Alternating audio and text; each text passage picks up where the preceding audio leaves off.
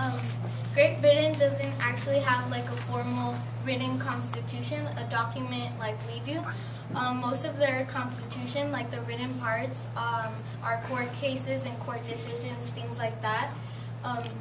So their constitution basically relies mostly on tradition and things of the past. The monarchy, which would be like the kings and like the royal family and stuff like that, they actually don't really rule. It says in the book that the queen is actually neutral, so their central government is in control of everything. So they're, I don't know, they're just basically there as like idols or something. And their president would be like the prime minister. He's the one who like handles like all the important stuff. And even when the queen does act, she acts on the advice of the prime minister. So like the monarchy doesn't really have any meaning there now, but it's still there. So the British Parliament. So the Parliament, it consists of the Queen, the House of Commons, and the House of Lords. And the House of Commons is the lowest house, and then those are the ones that represent the districts in Britain. And then the House of Lords is the upper house, and then the members are called lords. So they meet to discuss bills and like other changes they want to make.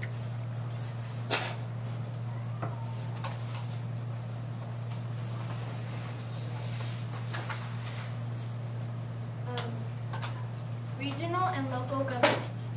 Great Britain has a unitary government. There is no constitutional division of powers between the national government and regional or local government. Much like the American federal system, all power belongs to the central government.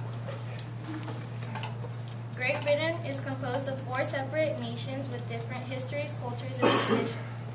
Britain has undergone a process of devolution in order to provide for the distinctive governmental needs of the people.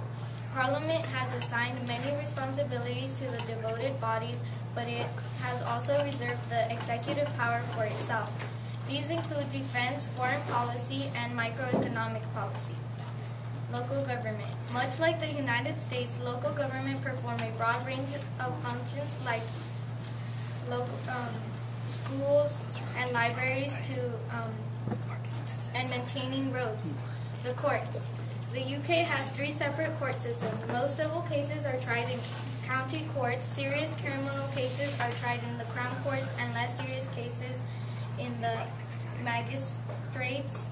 The House of Lords serves as a final court of appeal in a hierarchy of appellate courts. Courts in the United Kingdom decide cases based on parliamentary legislation and common law.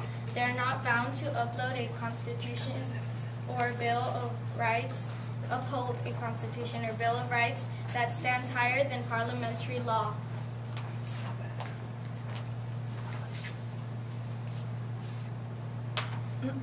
Mexico, 3 branches of government. Just like the U.S., Mexico is made up of 3 branches. The executive is headed by the president. The legislature is bicameral, and judicial is an independent entity. The president of Mexico is popularly elected and serves a single 6-year term. The president selects the members of the Council of Ministers and appoints the senior officers of the armed forces and all federal judges. Mexico's president has the power to propose amendments to the Constitution. The president also has power to enact laws through executive decree and certain economic issues. The national legislature, called the General Congress, is composed of the Senate and the Chamber of Deputies. The Chamber's 500 members are elected by 2 3-year terms and cannot be re-elected. The Congress meets from September 1 to December 31 each year.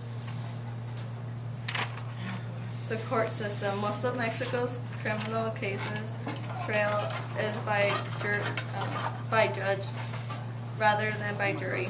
The federal judiciary is built of district and courts and functions under the Supreme Court.